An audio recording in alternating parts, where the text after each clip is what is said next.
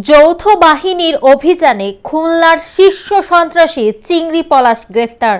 বাগেরহাট থেকে AH নান্টুর report. খুলনার আলোচিত সন্ত্রাসী মোহাম্মদ পলাশ তালুকদার ওরফে চিংড়ি পলাশ ও তার স্ত্রী তিতলিকে আটক করেছে যৌথ বাহিনী। শনিবার 28 ডিসেম্বর গভীর রাতে তাদের আটক করা হয়।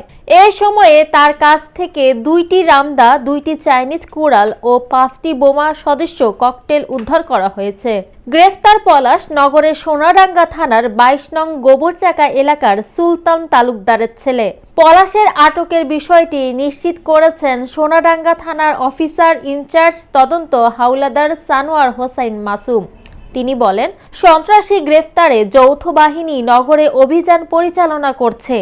এরই ধারাবাহিকতায় গোপন সংবাদের ভিত্তিতে শনিবার রাত 12টার দিকে সোনাডাঙ্গা থানাধীন গোবরচাকা এলাকায় যৌথ বাহিনী মাদক ও অস্ত্র উদ্ধারের জন্য অভিযান পরিচালনা করে। অভিযানে খুলনার অন্যতম শীর্ষ সন্ত্রাসী মোহাম্মদ পলাশ তালুকদার এবং তার স্ত্রী পারভিন সুলতানা তিতলিকে আটক করা হয়। পরবর্তীতে পলাশের দেওয়া তথ্যের ভিত্তিতে তার বসতবাড়ি তল্লাশি করে বাড়ির উঠান হতে 5টি ককটেল বোমা, 2টি রামদা ও 2টি চাইনিজ কুড়াল সহ অন্যান্য দেশীয় অস্ত্র উদ্ধার করা হয়। পলাশের বিরুদ্ধে সোনাডাঙ্গা সহ খুলনার বিভিন্ন থানায় হত্যাসহ 15টি মামলা রয়েছে।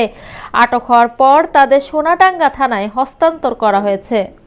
আমরা সেনাবাহিনী এবং নৌবাহিনী সবাই মতো উপস্থিত হই এবং আমরা আমাদের যৌথ অভিযানের মাধ্যমে আমরা তাদেরকে আটক করি। আমরা তাদের কাছ থেকে